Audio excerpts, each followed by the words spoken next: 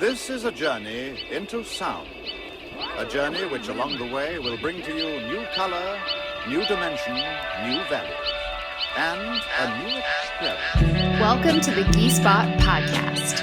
I'm your guide, Katie Silcox, bringing you your weekly self-love soundbite. Join us for conversations around sex, spirit, and all things self-care. All things self-care. All things self-care. This is a journey into sound. Uno, dos, tres, cuatro. You are a G-Spot Podcast with Katie Silcox. As you know, this podcast is sponsored by Ahara Ghee, one of my favorite Ayurveda products. But did you know that over at Ahara, you can also buy something called Maha Ghee? It's made at the Green Ashram in Gujarat, and it's from Indian Gir humpback cows. Now, this is for the real Ayurvedic purists, because guys, what this means is they are beautiful, hand-milked humpback cow. It's probably one of the only places you're going to be able to get this. So head over there. Also, with the amazing knowledge that their ghee is tested for Roundup and really beyond organic. This is so important. What I love also about this company is that they are the first in the world to be animal welfare certified by a greener world. This helps support transparency in agriculture and environmentally sustainable farming practices. So, I know you don't need any more convincing, but lastly, it's the best ghee in the world. It's the one I use, and you should head over there now for Ahara Ghee. We'll give you all the link in the show notes. Okay, everybody, welcome to the Ghee Spot. I know I say this every week, but I mean it every week. But like this week, I'm literally like, my nipples are getting hard because I'm sitting here with Chris Muse, who is not only a dear friend of mine, but also one of our most beloved teachers and topic matters at Shakti School. She teaches in our level 2 program. She is devoted to helping people quiet their voices of doubt and get comfortable taking the leap into knowing and trusting themselves more.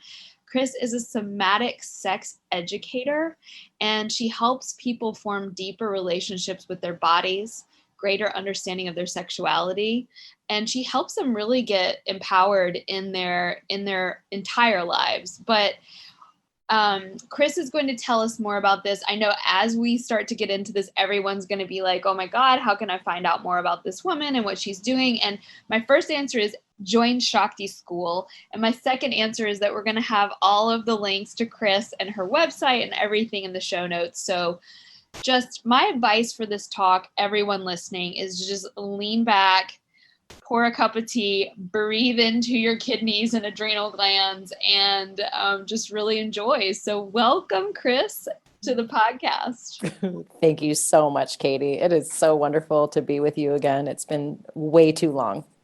Totally. Yeah. Mm-hmm. So before we dive into the super dense and nutrient dense content matter, I want to just say, like, I had the privilege of meeting you through a mutual friend of ours in Colorado, and I don't know if you know this, but I was just so enamored with your strength and your story and the way that you approach sexuality that felt so open, which I had experienced having lived in the San Francisco Bay Area, this real sense of openness and sex positiveness. But you were different for me because you made it feel so wise and safe and sacred. And that was such a different way of relating to openness around sexuality that also felt safe for me. And you kind of come up in my mind a lot through, as we do, like you can meet someone and then they can kind of remain as this sort of totem or archetype for you. And you are very much that for me personally. And so first, I just want to thank you for the work that you do in the world in terms of making women, and especially women, feel safe in their eroticism and in their sexuality. I want to start the podcast by just asking the question, what is a somatic sex educator? Mhm, And how mhm. did you get into this? Wow. Well, I got into this from a lifelong interest in the way we relate with the world. So to me, my relationships define me, and my lifelong interest in sexuality and intimacy brought me into this way of investigating my own self with myself, but also with community, in a community of women. I had a group called the Women's Temple Collective, and we got together and did all kinds of, you might call it witchy things, that help us from the ground up, from the roots rising up, this really deep level of embedment in the world, in the natural world, in the ecological world of a diverse community. I mean, we were a community of women, and yet we had a lot of diversity in our ages and even in our education and our statuses and things like that. And so getting this real sense of belonging from the ground up, tapping into erotic essence, not from a place of, oh my God, I'm going to grab for this peak experience. I got to go for the mind-blowing orgasm. I got to learn the technique of this or that or the other thing. And that's when I'll be an erotic goddess. But really that it comes from a quieter place, where wild is observing, where wild is being a part of something, not wild like, throwing our shirts up and screaming and flashing ourselves in front of the world, or going for these things that have us be feeling maybe more performative. And so getting into somatic sex education, so for me, what I'm doing here is helping people remember their belonging, helping people remember their innate erotic embodiment. So many of us we learn about eroticism, about sexuality out there. And what we learn about is do's and don'ts. We learn about Yep. what to be afraid of, or how to look good or how to be good so that we can be attractive to somebody else. And so it's so much external sourcing. And so with somatic sex education, what I do is help people come home to that essence within themselves and giving that permission. It really also comes down to permission to have your own personal expression of it, which can or doesn't have to look like intimate sexual experiences. When we collapse our sexuality or our erotic nature into the act of sex, the act of intercourse, the going for that sliver of what the larger experience of our embodiment can be, then we wind up missing a whole entire field of possibility to know ourselves, to interact with ourselves, and again to impact and be impacted. So what I do things from just general education to, because of course our sex ed is so lacking. So it could be, That, and this is one thing that, sorry, go ahead. I was just going to interrupt you for 1 second to say to everyone listening, I consider myself an awakened woman and an awakening woman. And when I took I haven't finished all of your lectures from Shakti School. When I listened in on those first ones, Chris, I was just like crying because I was like, this is the first time that I've received sex education about my female freaking anatomy and its arousal structures. And Yes. and then I wept for the world, knowing that men have no clue what to do with us, and we don't have any clue what to do with us. So I'm sorry to interrupt. It's just that was so potent. Yes, thank you. And it's so necessary and vital that we know our parts. I mean, the map is not the territory, right? We all have, to quote Emily Nagoski, who writes Come As You Are, we all have the same parts and they're all arranged differently.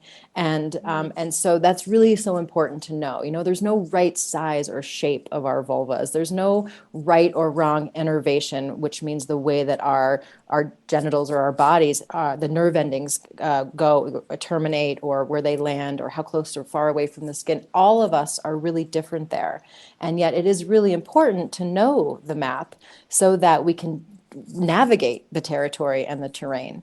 And yes, so there is the anatomy knowledge, the arousal knowledge, the pleasure pathway knowledge, and how to access that is so very lacking. So somatic sex ed starts with that.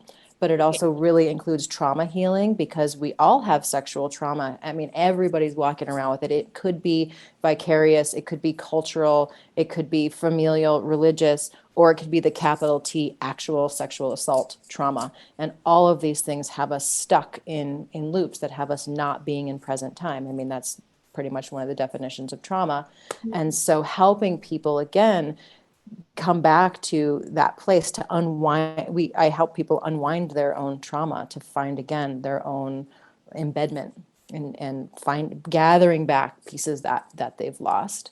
And then I also work with couples and individuals who want to be better with relationship and better with intimacy, and more alive or available or resilient in their communication. So it's all those things, and probably a lot more, but I'll stop there because this is amazing. I just want to kind of lay the field and the framework for most of our listeners, which is the framework for most of us in the world. And I specifically remember you saying, and correct me if I'm wrong, that, and I thought this was so beautiful that this was a part of your Dharma, that like you didn't have as much of that sexual overlay as, for example, me growing up in the South as a Southern Baptist girl in the 1980s, where, my grandmother actually thought that gay people were an urban legend. I mean, that's the level of lack of sex education that I grew up in and my lineage. And so I remember you having a little bit less of an overlay. And so I just thought that was a beautiful story in terms of the cultural conditioning.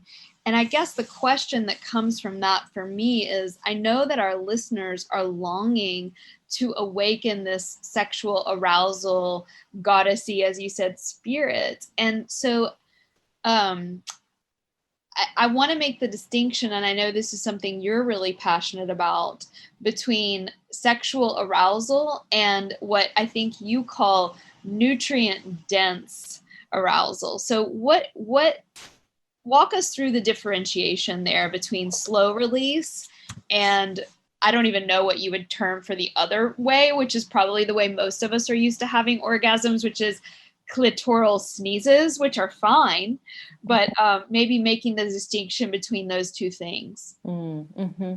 Yeah, well, I think it's really so much about it is the approach. It's like if we start to investigate what is my relationship to pleasure, we'll start to understand and what story, like going all the way back, what stories did I receive about pleasure, right? So in some ways it's, you'll deserve pleasure at the end of a long day, right? I deserve this. And then what happens when we deserve pleasure is we might turn towards a cocktail, or we might turn towards any number of numbing agents, fatty foods, or Netflix, yes. And none of these things are bad, right? None of these things are bad, but what's important to understand, and this is another thing that we actually talk about a lot in the Shakti school, is the nervous system response. So we are evolutionarily, biologically predisposed to relate to pleasure in a different way than we have reward pathways that have us relating to pleasure,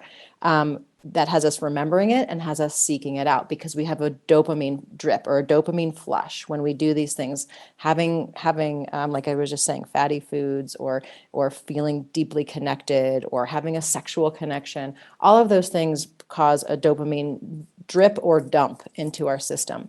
And it's beautiful. It's evolutionary. It helps to ensure our survival, right? If sex wasn't enjoyable, we wouldn't seek it out, and then we wouldn't procreate, and then life wouldn't know itself. But what happens in our culture is we've conflated pleasure with consumption. And so we're always kind of navigating the world, seeking and striving for the next thing that's going to give us that drip, that's going to have us feel pleasure. But what winds up happening is we overstimulate the dopamine response. And so we need more shopping on Amazon, more reaching for the phone and going on the Facebook, going on the Instagram, or even texting with our friends, with these compulsory things that give us pleasure, but over time less and less and less. And so I could call this stuff junk food pleasure, the quick hit. that actually works because our brain chemistry does a dump. It has us feeling better. However, it's fleeting, it's short-sighted. Okay. And so a nutrient dense pleasure is, yeah, the beginning stages of arousal. So all arousal begins with a parasympathetic response. So in down regulation, we have to feel safe enough for our arousal systems to actually come online in deeply nourishing and embodied ways. And so when we're in the go go go, or the that kind of high octane peak experience kind of pleasure, then these slow release pleasures can feel boring. We stop trying to seek out just quietly reading with a book, sitting on our front porch swing, feeling the breeze, letting ourselves be softly caressed and by our own hands, or caressing our lover or a cat or a dog, and these really soft, sweet. This is the birthplace of contentment. This is the birthplace of where we really find that deeply embedded belonging, and the pleasure that rises from there Yeah. gets so far deeply into our cells. It's where the oxytocin and where the serotonin comes in. So these are more of the sort of happiness or joy or contentment pathways versus the dopamine pathways. And we need both. You know, Okay. we've got to put the accelerator on sometimes, and we've got to take our foot off the accelerator sometimes. And so as we are rushing, and this is another thing, right? When we get to know this, then we get to explain this to our lovers as well. You know, if we're in heterosexual relationships with men, you know, so men can take from 0 to 90 seconds fully ready for intercourse with an erection and everything. Women often take at least 20 to 45 minutes in a slow burn arousal state to really be fully engorged, to really be fully ready for intercourse. So there's a disparity there. And it doesn't necessarily mean that you have to have 20 to 45 minutes of quote unquote foreplay, right? Where genitals are being touched. These things can begin with a look in the eye, with a sweet and sexy text, with the caressing of the hair, or with sweet sharing, you know, conversation. So these kinds of things are part of building arousal. So I just want to, you know, kind of tease that out a little bit. And I could say so much more, but I think we've got a number of different things to talk about. So, Well, I mean, what comes to mind for me with nutrient dense pleasure and the whole realm of, in both men and women, but especially in women, the feminine. And so that cultural overlay to me resonates more with that male experience of I can go, and I'm not saying men don't also enjoy the slow burn, because some are more awakened, but women, it's like we are unconsciously operating within the value system of the male sexual experience. And we're on the other end, I'm getting chill bumps, going, something's not right. I know that I'm capable of more. And so I remember in Shakti school, you had us do an exercise where we just rubbed our hands and our arms. And to me, that was the most beautiful tantric meditation. And also, it was really challenging, you know? And so I love the examples that you gave of like nutrient dense. I wonder okay, so one of my friends said that all of us are kind of like rats in an experiment with our cell phones. And in the experiment, they've done these experiments actually on rats where they lean the rat can lean itself up against an electronic bar that will stimulate the part of its brain that releases that dopamine flood. And so the rat will just lean up against the bar all day long because it's like cocaine, right? And then the rat after 3 days dies. And I feel like all of us with these cell phones are leaned up against the bar. yeah. And so right now I'm taking a little bit of a break and a little vacation. And one of the things that I've quit is I've quit apps, and I've quit looking at Netflix, and I've quit looking at news. I'm still doing email and stuff, but like Chris, just looking out at the ocean and feeling the breeze, I'm actually having to really retrain myself to be able to do that, because even though I'm a longtime meditator, because I think so many of us are in that dopamine flood from technology. And maybe just what's your take on this and how technology is messing with our pleasure pathways? Oh man, so much. It's so much. Yeah, it short circuits us in such a way that that looking at the ocean can feel agitating. Yeah. It can feel boring on one end, or like what's going on, which then leads to sort of an anxiety and anxious and agitation. Back in the day when we were waiting for the bus, we were sitting waiting for the bus. We were able to interact with the people that were walking by, or the weeds growing out of the sidewalk cracks, or any number of things. And now we sit on a park bench waiting for the bus. There's no way. We're on our phones. Yeah. And so this concept that we can't even have a dip in our entertainment or our engagement with a thing, we have to be willing to go into the valley, to go into the dip, to go into the boredom, and to go into the agitation, and to be with ourselves, and just to simply be there, and to say, wow, to notice, God, I notice I'm feeling agitated. I notice I'm got an impulse to reach for my phone here. What would happen if I just sat and took 5 breaths?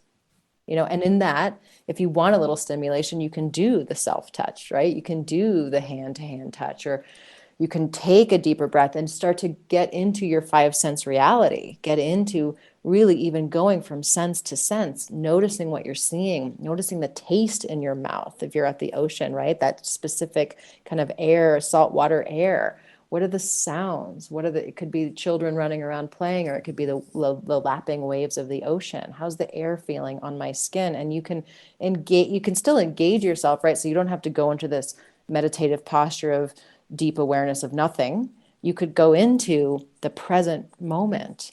And that again really can translate into all kinds of experiences that you have reading a book to your child, or a sexual experience in bed with a lover, tuning into the actual reality of your own 5 senses, and of their attuning to them. We have to have ourselves attuned to ourselves before we can actually engage in a reciprocal, beautiful lovemaking session or engagement with the world without losing ourselves. Because also in the erotic is kind of a magnet, right, for our wounds to come up, or for our insecurities to come up, or for us to wanting to get it right, and the performative nature of even the wellness industry, Katie. I mean, it's weaponized in a way, because it has us externally sourcing what's performance, how do I get it? How do I optimize? And while these things again aren't bad, we lose touch that our essential nature, we are rooted in wellness. Life wants to live itself. And life wants to create and generate and ever more new and exciting evolutionary expressions. And if we just let ourselves be in that, the wellness, the diversity, that is the root of all things. So less striving, more being and engaging. Before we got on the podcast, you and I were downloading a little bit, and I just want to make sure this gets in the podcast. My whole spiritual practice these days, having come from a 15-year relationship with a male-dominated patriarchal tantric lineage, of which I learned so many radical, beautiful things, but there was such a deep thing that was missing, that now through grace and fire, I'm being initiated into. And that is, my tears come to my eyes because of the words that you said at the beginning of this podcast. It's like, I haven't talked to Chris in years, and you and I are tuned to the exact same frequency of the divine feminine that is saying, I get to belong here, and I get to be safe here. And that has not been my experience on this planet. And for so many women, 1 in every 3, if not more, who has experienced some form of abuse and assault, it hasn't been our birthright to inherit safety and belonging innately.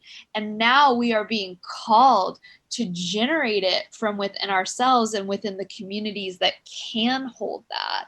And so speak to this piece of the necessity of safety, belonging for the erotic experience. Yeah, well, in order to find and to feel a full erotic embodiment. And by that, what I mean, it's a little bit different from personal embodiment. Personal embodiment is I'm aware of myself in the world, right? And I can be in an exercise sort of way or a yogic sort of way. I know my relationship to my body and my down dog, and I know how to feed myself, right?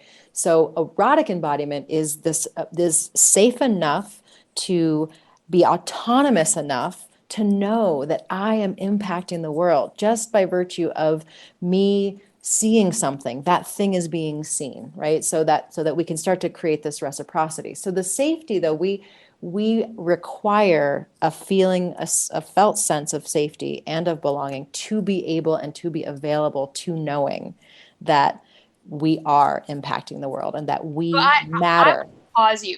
What you just said is so huge, and I don't know if everyone got it because I barely did. Okay, guys, she just said erotic intelligence and embodiment is different than just personal embodiment. Erotic embodiment, from what I heard you say, I think is when I observe the ocean, and this is so related to Ayurveda, when I observe the children, when I feel the sounds, hear the sounds, or feel the wind on my face, not only is it engaging with me, but by virtue of me witnessing it, I am having an intimate relationship with it and affecting it as well. Is that what you just said? Absolutely. Okay, that's mind-blowing. Absolutely. That's fucking enlightenment. It's this knowing that we are part of the earth body and that we are part of something larger. And if we if we base all of our sense of belonging on our human interactions and relationships, we are going to be wildly disappointed and feeling out in the cold, because our human family, as lovely as they are, will disappoint us. We will get our hearts broken. And part of being willing to be a part of the earth body is actually to be willing to be hurt, to be healed, to be loved by the world itself, by the natural world, right? We can talk about the benevolence of the natural world, but it's also a bitch, if I live in Colorado, right? If I was stuck out in the mountains overnight, I might die. So I can be swallowed by that. And yet I can be in deep, deep relationship with it. And from that, there becomes this sense of responsibility. When we know that we are embedded in the earth and that we impact, every action has an impact, then we start to get into our responsibility to be in a reciprocal, nurturing, generative relationship with all things. Yeah. But safety, just to get back to that, it's a baseline. And again, we can feel safe or not with humans, because we can be very hurt, and we all have been hurt by other humans. And so taking ourselves out of just feeling our belonging with the humans can help to bring out a sense of safety. Doing work to do healing work, trauma healing or forgiveness healing, or any number of different things can have us feel safe. But safety is the baseline. Safety is the baseline that then can lead us into thriving. And thriving is really where we want to get to. And because safety is a low bar, and if we're all just being like safe, safe, safe, safe, safe, safe, safe, it's very important. And Katie, to your heartbreaking share and truth, that so many of us don't feel safe. To many of us, the world has proven not to be a safe place. And so that is a very important baseline. And if we're not there, if we're acting out from a place of non-safety and we're going for pleasure, what we wind up doing is being in chaos. So we might still be able to have sex. We might still be able to be in relationship. And when it's not coming from a foundation of wellness, it can be damaging. We can wind up doing things that we don't really want to do because we think that it's going to give us the love. We think we're going to get safety from doing things. We think we're going to get attention by, wildly dancing on the dance floor, doing the thing that we've seen other people do that we think is really sexy or really cool. And what winds up actually happening is we compound our feelings of unsafety, of non-safety. And that when we act from that place, and then that's where the sexuality shutdown happens, or the shutdown in the embedment in the world happens in this way where then we can feel like I'm broken. Everybody else is doing wonderfully here in the realm of erotic sexuality relationships, and here I am doing shitty. I can't hold a relationship together. What's wrong with me? What's wrong with me? What's wrong with me? And it's often because we're not coming from that ground of health, that from the roots rising ground of health. It comes from so much more than just our human relationships. It's the ecological embedment, as I've said. And so, yeah, safety is really, really important. And non-safety, we can have these relationships, but yeah, they lead to chaos. I had another thought, but I lost it. So well, let me I'll pause there. Yeah, and just to interject, this dichotomy of schizophrenia in the realm of human sexuality that many of us are longing to remove ourselves from. It reminds me of watching the other day Cardi B, who, by the way, I'm a fan of and enjoy her music from time to time, but I saw her recent video and it's called Wet Ass Pussy. Mm-hmm. Okay, so I'm like, cool, let's check this out. And the video, of course, it's like that dopamine dump. It's like a total hot lady TNA pleasure pour. And yet I left watching this video feeling such a sense of emptiness and sadness around. It felt like we have these two options. Yeah. Oh, looks like I'm a little unstable. These two options are either like spreading my legs on the TV and wearing leopard skin, or I'm like this puritanical, frigid housewife. And so I think that's not really a question. It's just all that to say that there's another realm that you are pointing us towards, that I am pointing us towards, that you can be so fully enlivened in your sexuality and not be having to like bare your ass on TV, although certainly can if you want. But I think what I want for myself and for my listeners is, okay, let's say I know that there's a thread in the female community of feeling like the men folk aren't showing up in this way that we long for. I hear it from my students all the time that they get this, they want this, but they're not able to share this with their husband. Or women that are single are like, are you kidding me? I am dating from this dating pool of men that are not able to hold this. And so what is the advice for women, whether they be single or married, on how they can really do the work to begin to cultivate safety and erotic thriving in their lives? Like, what does it look like in your day-to-day? What does Chris Muse do every day to kind of practice this? Mm-hmm. Oh, such a great question. It's so much of it is being willing to be uncomfortable. We conflate this feeling of I'm not safe. When we're not comfortable, we can go, I'm not safe here, and actually that might not be true. We might be safe. We're just uncomfortable, and we're so conditioned. Again, we could just pick up our phone and go the other way. So, so my day actually every day starts with gratitude practice and prayer, and they're embedded in one another. And that has been a practice of mine for at least 5 years, and it sets the tone for my availability, my knowing of, wow, here is all of the gifts that I have. And so it sets me up to be able to give. And it also sets me up to be able to receive not the best news, or not the most comfortable conversation, and know that I'm still okay.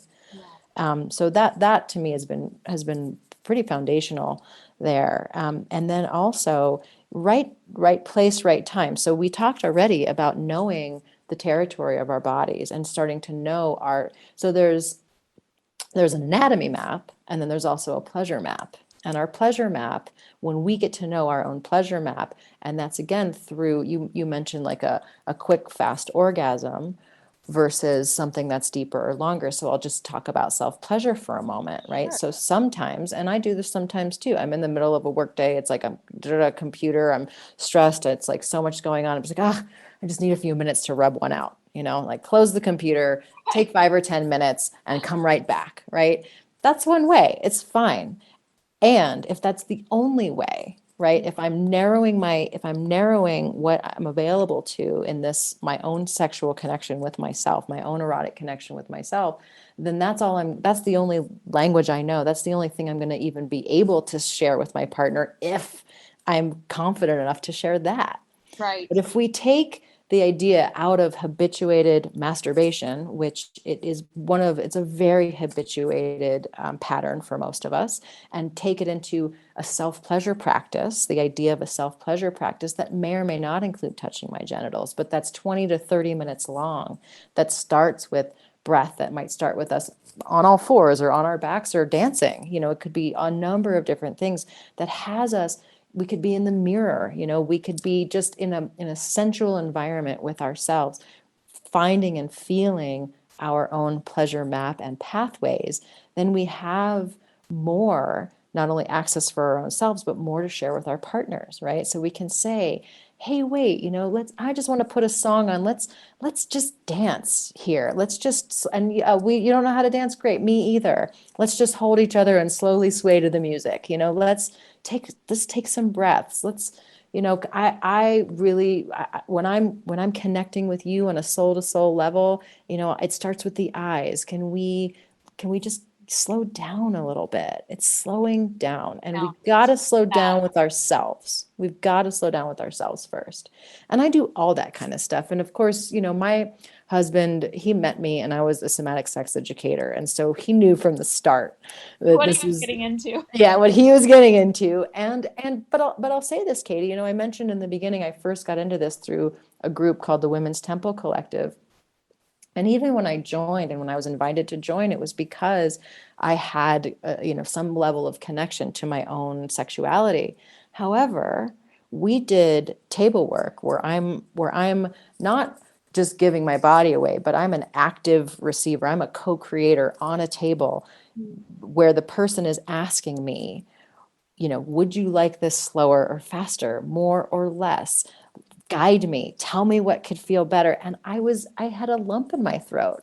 There I am in a place where I'm not in a relationship where, I'm going to hurt his or her feelings, by asking her to slow down or to kiss softer. I'm in a position where the person is in service to me, wanting to hear my want. And there I was on the table, still enduring, not using my voice. And I was like, holy shit, my mind was blown. I thought I was this sexually awakened person who had all kinds of communication tools, and I didn't.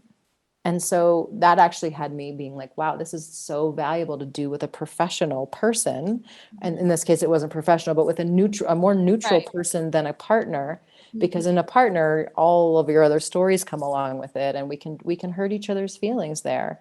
And so in this neutral way, we're working with someone who the stakes aren't so high.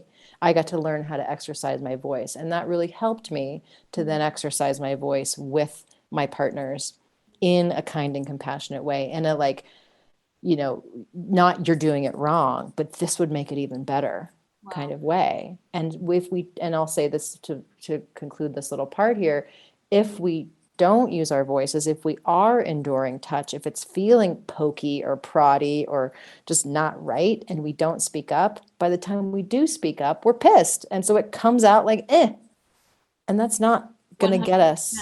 Or, I was meeting with one of my healers in Charlottesville, and she was saying, and this is obviously the collective malaise of the feminine we're all swimming in with our current leadership, but she was saying all of these women are coming in with UTIs, interstitial cystitis, vaginismus, all of these different dysfunctions of the female reproductive system. And I believe exactly what you're saying. It comes out as I'm pissed off. Or if we don't even have that voice, it comes out as the organs themselves, right?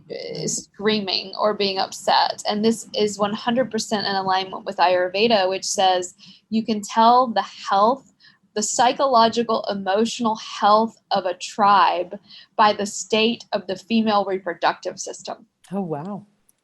That's amazing. Hadn't heard that.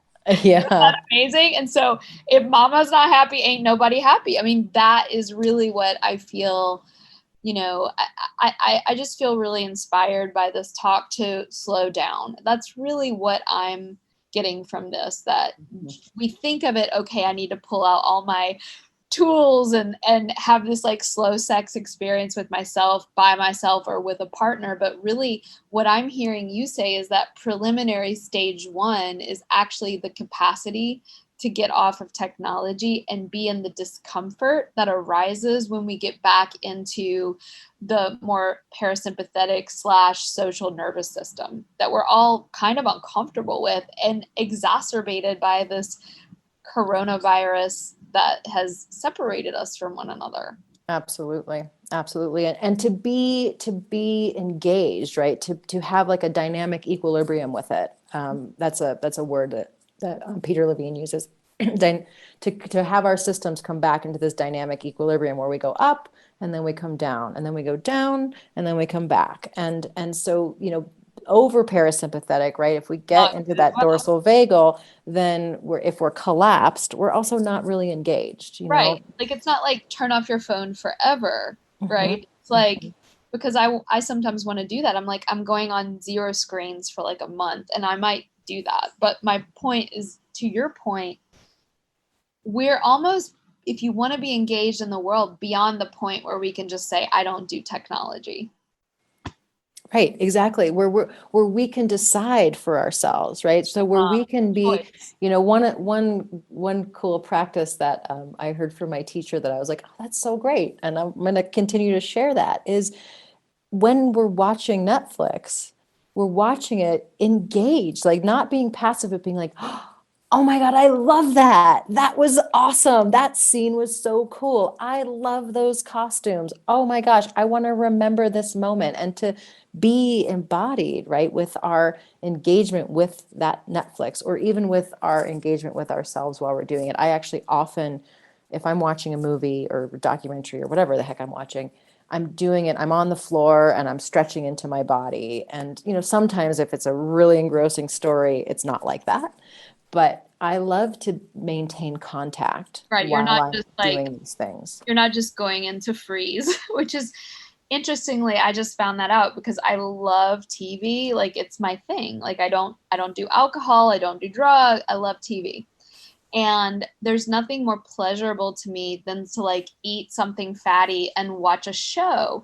And one of my Dr. Kirsten, who's also a teacher in Shakti school, she was like, oh yeah, freeze. Like, when you overeat, I didn't know this. Like, when you eat a lot and then you kind of go into that like passive reception of television mode, it mimics the animal body state of being catatonic. And it feels really good to be dead. Right. Yeah, I wouldn't have called it that. I mean, that's great. I would have said dissociated, which is, it's very related. Yeah. Dissociated. I'm not here. So what if you were actually savoring your food, while you were watching? And actually, I want to bring into savor. Go ahead. Sorry. No, you go ahead. I want to hear you. Well, so we've been talking kind of about the ramp up and the lead to intimate engagement or orgasmic experience or a sexual experience. But just as important is the come down. And that can be of even a high octane, dopamine thing, or whatever it is. If we let ourselves savor and integrate, I mentioned rubbing one out, right? If I even take 5 to 10 breaths after an orgasm to let that experience embed itself into my body, that's part of what brings that belonging even more online. Wow. then now I'm embedding that into my system. I'm embedding that amazing, delicious experience here, So I know with Ayurveda, talk about eating slowly, really letting ourselves have the experience, that five sense reality experience of the food that we take in, of the nutrients that we take in. And the slower that we can go, the more that we are weaving ourselves into the web of life. Mm-hmm.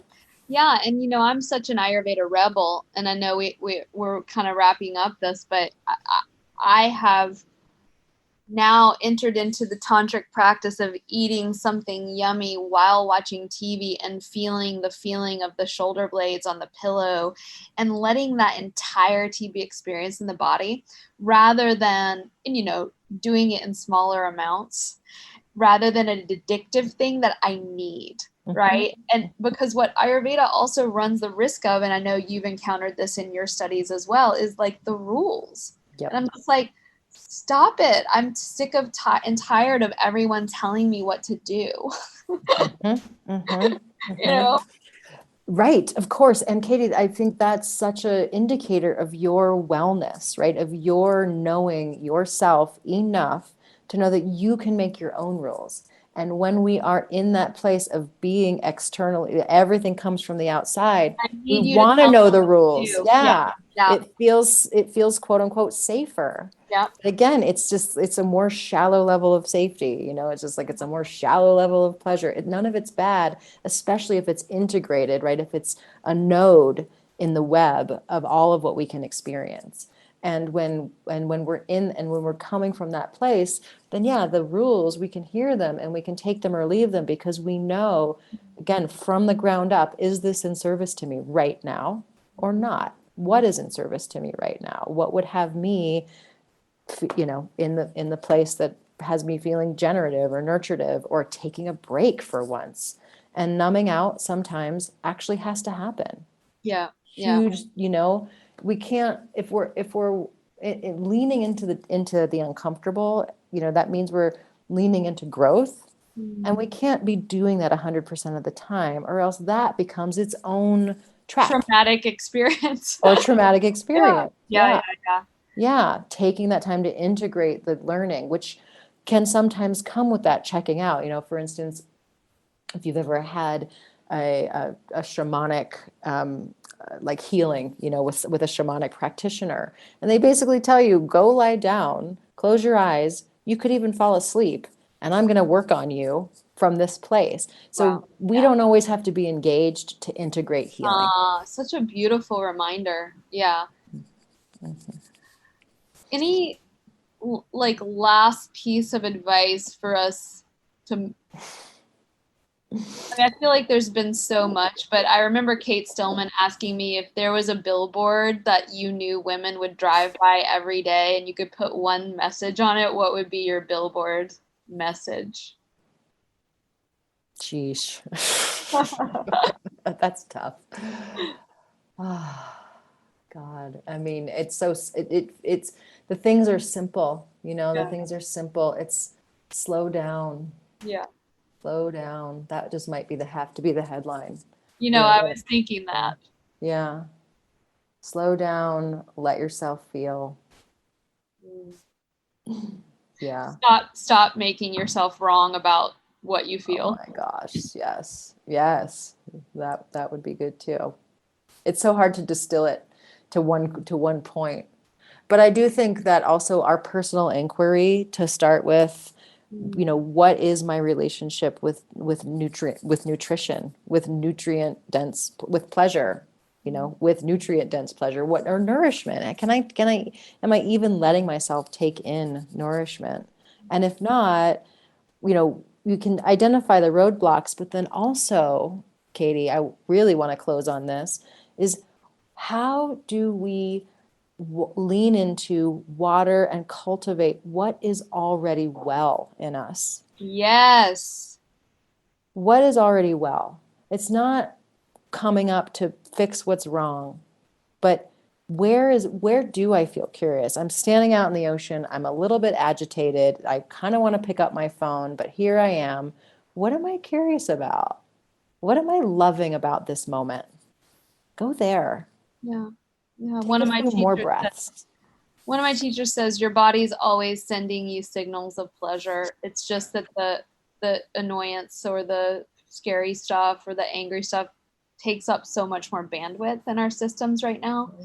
But like this idea that our body is always also on our side and that there is more wellness than there is disease or trauma. And even if you're lying on your deathbed, that death itself is a wellness process. Yeah, of course.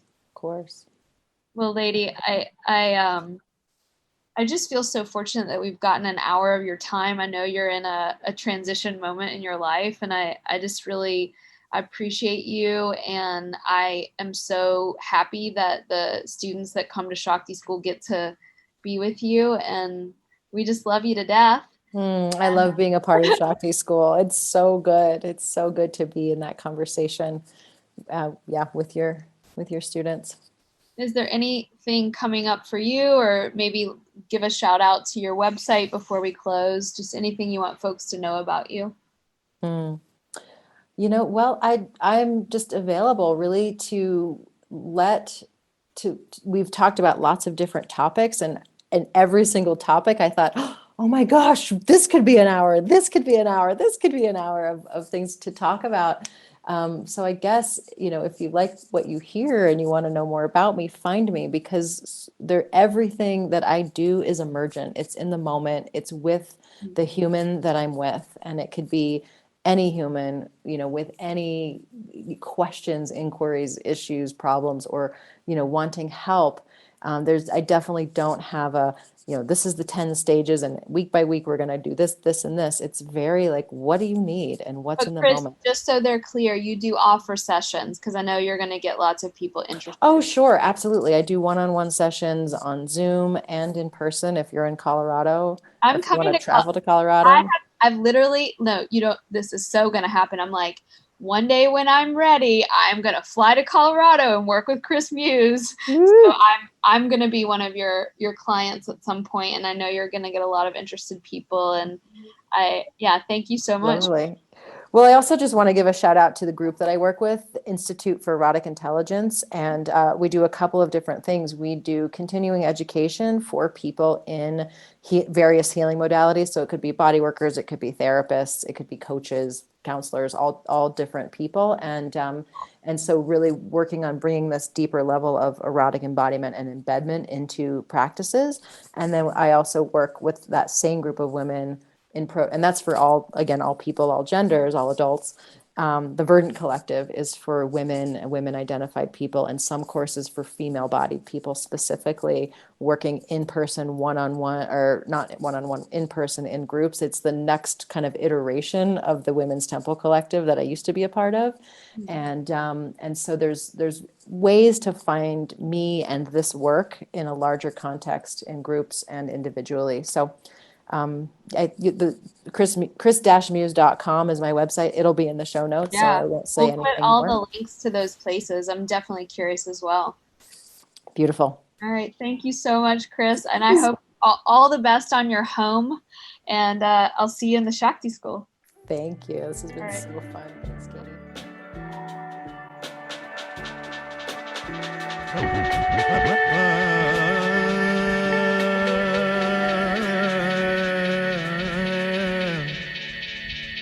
ফুটে ফুল